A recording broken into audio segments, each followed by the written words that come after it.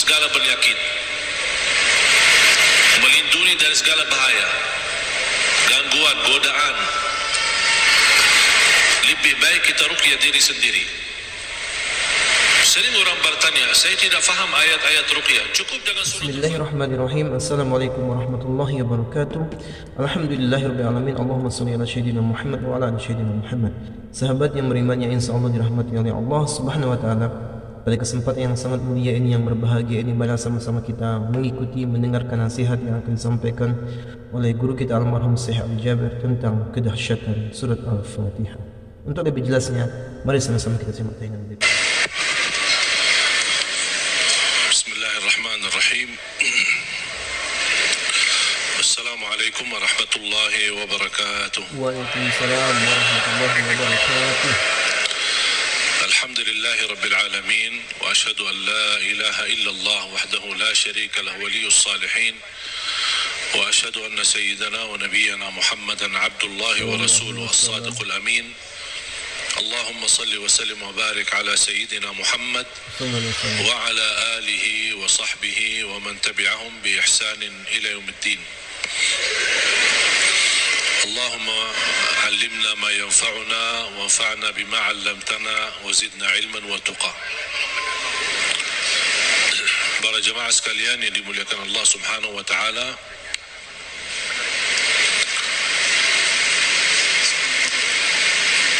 begitu luar biasa kemuliaan Al-Quran untuk kita. Kita terpilih menjadi umat Nabi Muhammad sallallahu alaihi wasallam, menjadi ummatul Quran. Quran yang abadi, Quran yang suci, dijamin tidak ada celah di dalamnya, tidak ada kesalahan, tidak ada kebatilan. Bahkan dalam lindungan Allah Subhanahu wa taala, dari bentuk makna, arti, isinya, tulisannya,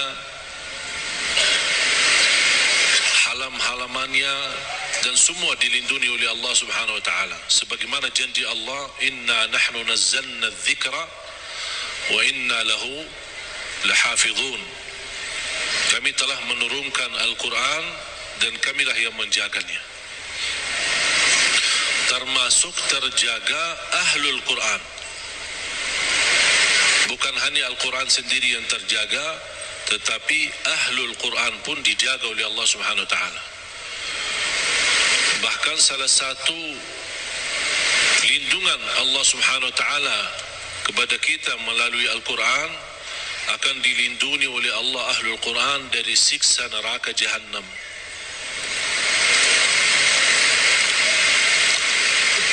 Artinya, kalau ada seorang ahlul Quran tapi masih berlaku dosa maksiat, dan seandainya dihukum oleh Allah untuk masuk neraka sementara, untuk disucikan dan membersihkan dari dosa dan maksiat, neraka pun tidak akan mampu menghanguskan kulitnya dan tidak akan mampu membakar hatinya, karena isinya Al-Quran.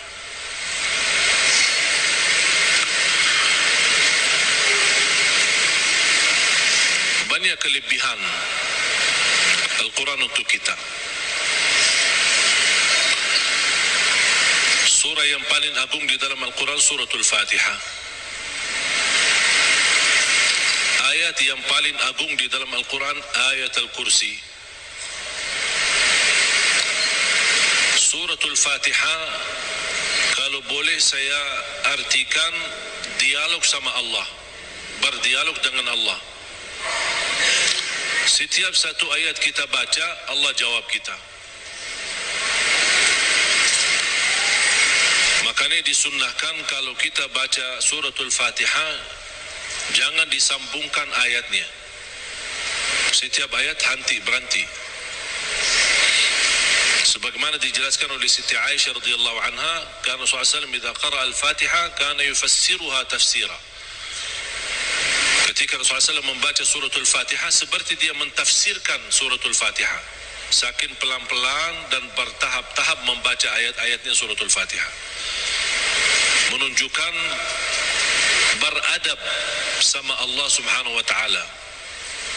Kehormatan karena dia sedang berdialog dengan Allah melalui bacaan suratul Fatihah. Sebagaimana Rasulullah SAW bersabda di hadis yang diriwayatkan Imam Tirmizi, hadis itu hadis qudsi, qasamtu as-salata baini wa baina 'abdi nisfain. Aku telah membagikan salat antaraku dan hambaku, kata Allah, menjadi dua bagian. Dan yang dimaksud kata as-salat di hadis ini adalah suratul Fatihah. Ternyata suratul Fatihah memiliki banyak nama. Disebutkan nama di antara lain Al-Fatihah, Ummul Kitab, Ummul Quran, As-Salah, Asy-Syafiyah, Ar-Raqiyah, Al-Waqiyah, menyembuh segala penyakit, melindungi dari segala bahaya, gangguan, godaan. Lebih baik kita ruqyah diri sendiri. Sering orang bertanya, saya tidak faham ayat-ayat ruqyah. Cukup dengan suratul Fatihah. Suratul Fatihah sudah mewakili semua ayat-ayat untuk meruqyah diri sendiri. Menjadi rutin dibaca. Boleh jadi wirid. Setiap hari kita baca Al-Fatihah 10 kali, 20 kali, 100 kali, semampu kita. Jadi wirid. Keberkahannya luar biasa. Boleh menjadi doa dalam air minum kita. Setiap mau minum air dalam botol atau gelas, kita baca Al-Fatihah, tiup di dalam air, kemudian minum. Itu menjadi obat. Biasakan anak-anak kita minum air yang sudah dibacakan dalamnya suratul Fatihah. Jangan menunggu kiai, ustaz, habib datang untuk membacakan Al-Fatihah dalam air. Kita sendiri belajar. Baca 3 kali boleh, 1 kali boleh, 7 kali boleh. Habis itu tiup dalam air, boleh 3 kali. Kemudian silakan minum. Kasih kepada anak-anak kita.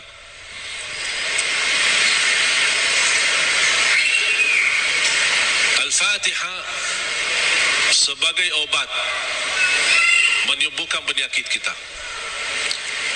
Ada yang merasa gesak di hati, merasa stres kepalanya, boleh taruh tangan yang kanan di atas kepala dan baca Al-Fatihah. Di atas dada kita baca Al-Fatihah. Itu sungguh subhanallah. Al-Quran sebenarnya seluruh isi Al-Quran itu obat. Qul huwa lilladzina amanu hudan wa shifa. Sungguh Al-Quran itu petunjuk dan obat, menyembuhkan penyakit bagi orang-orang yang beriman. Berarti Al-Quran menyembuh penyakit hanya berlaku bagi orang yang beriman. Yang tidak beriman tidak berlaku.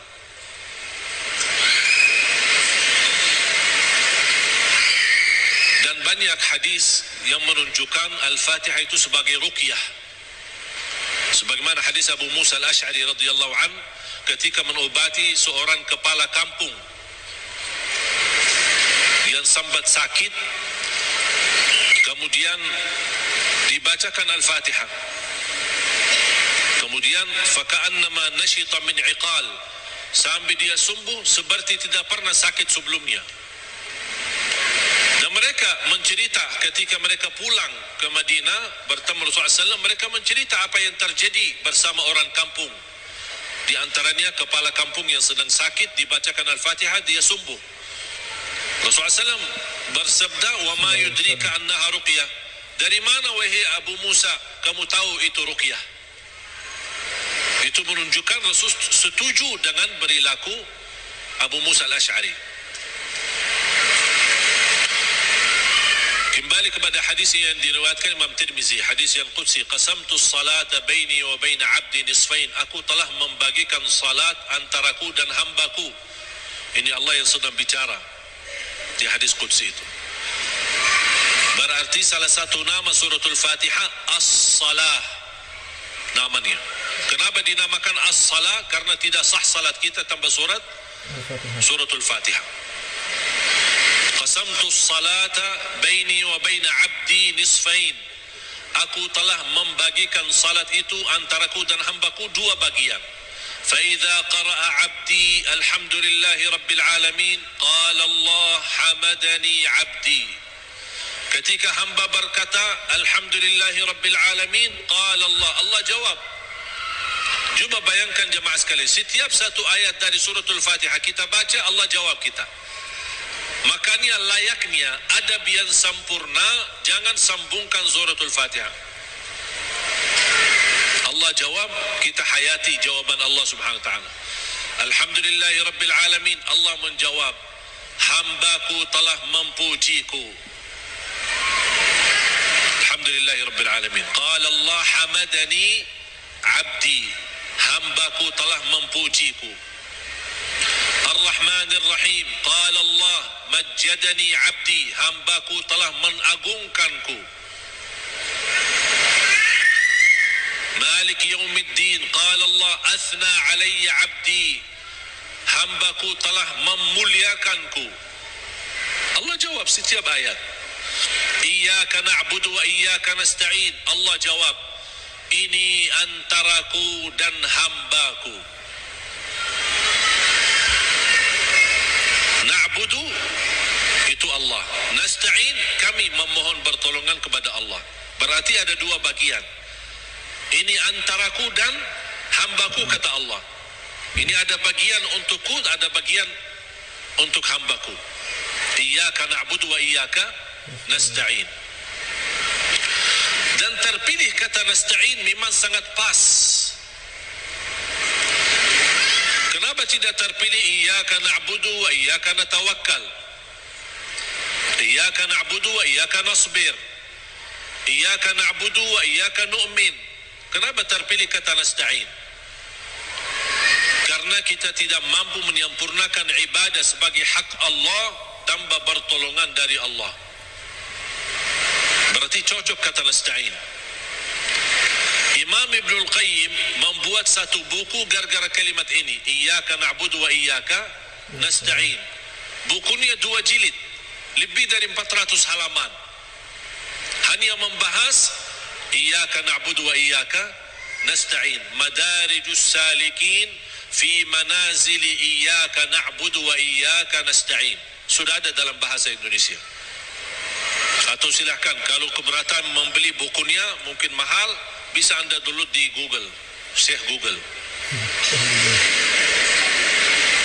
Buka nama bukunya Madarijus Salikin fi Manazili Iyyaka Na'budu wa Iyyaka Nasta'in. Selain buku ini yang sangat bagus yang dimiliki oleh Imam Ibnul Qayyim, buku yang kedua adalah Zadul Ma'ad. Zadul Ma'ad. Kata guru saya, fantasnya dan layaknya setiap orang muslim menyimpan buku ini di samping tidurnya, di tempat tidurnya. Sebelum mau tidur, baca walaupun 1 halaman dari buku itu. Kenapa?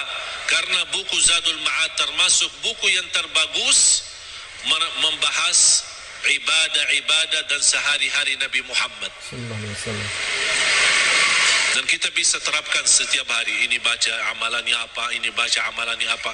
Gimana tidurnya Rasul, gimana ibadahnya Rasul, gimana zikirnya Rasul, gimana makanannya Rasul, gimana perginya dan jalannya Rasul. Ini semua dibahas dalam buku itu. Zadul Ma'ad. Silakan buka di Google juga. Banyak sih Google hebat itu. Semua ada. Karya Imam Ibnul Qayyim. Kalau anda bisa beli 2 buku ini atau bisa download di internet, itu sangat bagus. Sudah ada dalam bahasa Indonesia. Iyyaka na'budu wa iyyaka nasta'in. Qala Allah, ini antaraku dan hambaku, dan apapun yang hambaku minta aku berikan. Coba gimana jawaban Allah? Iyyaka na'budu wa iyyaka nasta'in, ini antaraku dan hambaku. Apapun hambaku meminta aku berikan. Habis itu apa yang diminta oleh hamba? apa? Ihdinas siratal mustaqim. Tetap Allah masih jawab, ini untuk hambaku. Ihdinas siratal mustaqim. Siratal ladzina an'amta alaihim. Allah jawab, ini untuk hambaku. Ghairil maghdubi alaihim waladdallin. Ini untuk hambaku. Artinya Allah kabulkan doanya karena ini doa. Makanya kita tutupi amin. Apa arti amin? Allahumma stajib. Ya Allah, mohon diterima. Itu makna amin. Mohon ya Allah, terima permohonan kami. Allah menjawab, ini untuk hambaku. Artinya Allah jawab dan kabulkan doa kita. Makanya ketika kita baca Al-Fatihah, kita merasakan berdialog dengan Allah. Dan suratul Fatihah, dua macam doa ada di dalamnya. Ada dua macam doa. Doa ibadah dan doa masalah. Bukan masalah ya. Masalah. Doa ibadah dan doa masalah. Apa beda doa ibadah sama doa masalah? Ini ada dua macam doa. Dan dua-duanya ada di dalam suratul Fatihah. Doa ibadah yang isinya memuji Allah tanpa meminta. Doa ibadah memuji Allah tanpa meminta. Tidak ada permintaan. Contoh, Alhamdulillahi Rabbil Alamin. Apa permintaannya? Tidak ada. Cuman artinya apa? Memuji Allah. Segala puji bagimu ya Allah. Dan tidak ada kata yang terindah daripada kata Alhamdu. Karena Alhamdu sudah mewakili semua segala pujian. Artinya jemaah sekalian, kalau ada di antara kita yang tidak faham cara yang terbaik memuji Allah, tidak hafal kata-kata yang panjang dan indah, tidak hafal Asmaul Husna, aku ingin memuji Allah, cukup satu kata, Alhamdulillahi Rabbil Alamin, mewakili segala pujian. Makanya kata ini sangat luar biasa. Kalau diartikan dalam bahasa Arab, segala puji bagimu ya Allah. Artinya semua pujian bagimu ya Allah, segalanya. Makanya disebut kata itu doa ibadah, karena isinya memuji Allah tapi tidak meminta. Tidak meminta apa-apa. Doa yang kedua, doa masalah, yang isinya memohon sesuatu. Memohon sesuatu. Contoh, ihdinas siratal mustaqim. Itu kan ada permintaan. Makanya disebutkan doa masalah. Layaknya setiap kita berdoa diawali dengan doa ibadah, baru masuk kepada doa masalah. Itu adab, tata cara doa. Jangan langsung mau berdoa, ya Allah ampuni ya Allah. Puji dulu. Karena Allah senang mendengar pujian hamba. Allah senang. Buat Allah senang dulu, baru minta. Dan itu sudah dibuktikan oleh suratul Fatihah. Makanya saya selalu berkata, bagi orang awam yang tidak bisa berdoa, tidak mampu doa, tidak hafal doa, atau tidak memfahami bagaimana bisa berdoa, dia cukup membaca Al-Fatihah mewakili semua doa. Karena isinya doa ibadah ada, memuji Allah tanpa meminta, dan juga ada isinya doa masalah. Boleh enggak saya baca Al-Fatihah supaya anak saya mendapatkan hidayah, supaya anak saya disembuhkan oleh Allah, supaya saya dapat jodoh, supaya saya diberikan kemudahan? Doa. Al-Fatihah mewakili semua doa bagi orang yang tidak faham doa atau tidak bisa berdoa.